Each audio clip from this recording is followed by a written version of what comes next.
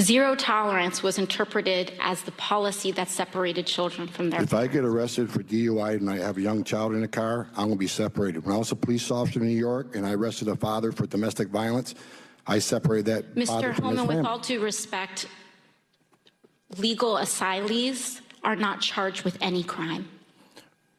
When you're into the country illegally, it's violation 8 United States Code 1325. Seeking asylum is legal. If you want to seek asylum and go through the port of entry, do it the legal way. The Attorney General of the United States has made that clear. Okay. A legendary standoff between the border czar Tom Homan a few years back with AOC. So, ICE, they're under fire across the country, all right? They're being harassed, they're being attacked, but I believe they are still getting the job done, even though it's been made very, very difficult by the left. Tom Homan, the border czar, joins us. We're privileged to have you once again, sir. How are you holding up, and how is ICE holding up? Look, they're holding up. I mean, they're taking hate every day, but they're not going to stop them from doing the job. I mean, they're going to be out there tonight. They're out there tomorrow. People can protest all they want. I mean, they have that right. But as I said before, if they cross that line and impede ICE, they're going to be prosecuted. What happened in New York City, those people that are financing that and managing that type of criminal activity, they're currently being investigated, and they'll be charged with a crime. So ICE will keep doing what they're doing. I looked at the numbers of the criminal prosecution for impediment and interference the other day. It's at a record high. Pam Bondi, the U.S. attorneys across the country, are willing and waiting to prosecute anybody that impedes ICE, and we're going to arrest them. We're taking no prisoners. We're going to arrest anybody that impedes us. We're going to send a strong message. Maybe they'll get the message sooner or later that we're not going to tolerate it. Some law enforcement, we know they've been directed by their mayors to not assist. What city is helping you the most cooperative, and what city is helping you the least and really being obstructionist or getting in the way and not helping at all?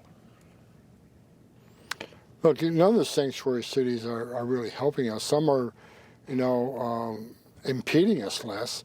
Look, New York City, when Mayor Adams was there, and this is a fact, we agreed that he was going to let me back into Rikers Island, let ICE back into Rikers Island and work those jail cases before they got released into the community. And the city council shut it down. It's the city council that was crazy at the time. And so look, I work with any mayor, I work with any police chief to take public safety threats off the street, hopefully get them in while they're in jail, the safety and security of a jail, which is safer for the officers, safer for the alien, much safer for the community.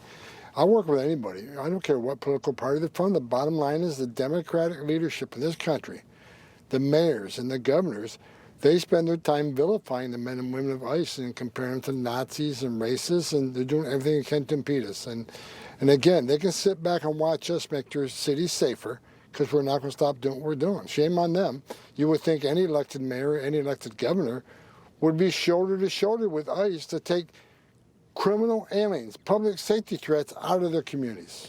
Yeah, it's wild, just crazy, unthinkable, really. Hey, can I ask you, what percentage do we know these guys that we're rounding up are criminals, like they've done some sort of criminal act in America, and how many are just criminals because they broke into the country illegally? Do you have a breakdown on that, those who committed, regular crimes in America versus those who... The last numbers are looked at, about 68%. 68% of everybody ICE arrests is a criminal, right? Means you're a convicted criminal pending criminal charges. 68%. So that's almost 7 out of every 10. And that's a fact. But, the media is, spin that. They're saying, well, DUI really isn't a crime. Well, in my opinion, 12,000 people a year die from DUI. I think DUI is a big public safety issue. So DUI is a crime. So, now the left's arguing, well, they're not really crimes. They're not that serious of a crime. I read one story the other day that said less than 1% of everybody ICE arrests is a murderer. I mean, really? That's a level we're going to look at now? No.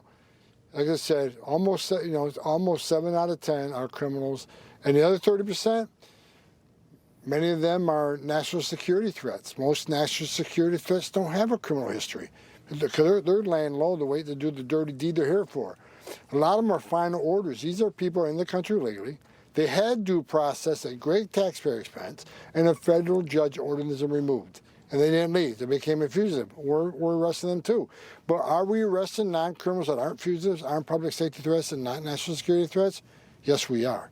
Because I said from day one, if you're in the country illegally, you're not off the table. Just because we're prioritizing the criminals, don't mean we'll forget about everybody else. What country is the #1 country? The arrests, where do they come from? Was it Venezuela, Colombia, or somewhere else? Do you know the #1 country? Mexico. Mexico. Mexico has the highest numbers, but they're followed closely by the 3 Central American countries, Honduras, Guatemala, and El Salvador. Understood. And going forward, this level of intensity is great. Is it sustainable? Not only sustainable, we're going to be doing more of it. We're hiring 10,000 more agents, and we'll have them on board by January. And bottom line is, ICE enforcement and removal operations, that's the division of ICE that enforces immigration law.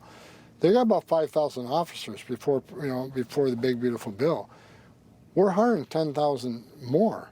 So, we're tripling the size of the workforce. So if you think we're hot and heavy now, wait till next year. There's going to be more arrests, more targeting. Look, we're still going to prioritize the worst first. But in sanctuary cities, we arrest a lot of non-criminals because they forced us in the community. Let us in the jail, arrest a bad guy in the jail, but when you release them in the community, we're going into the community and find them. And when we find them, many times we're with others. Others that aren't a public safety threat, but in the country illegally, they're coming too. Tom Homan, thank you very much. Border Czar. And by the way, when the fake news engages you're tremendous. They cannot stump you. And it's always awesome to watch. But more importantly, what's happening in America because of you and President Trump and your ICE people. And thank you. You got it. Thank you. You bet. We'll be right back.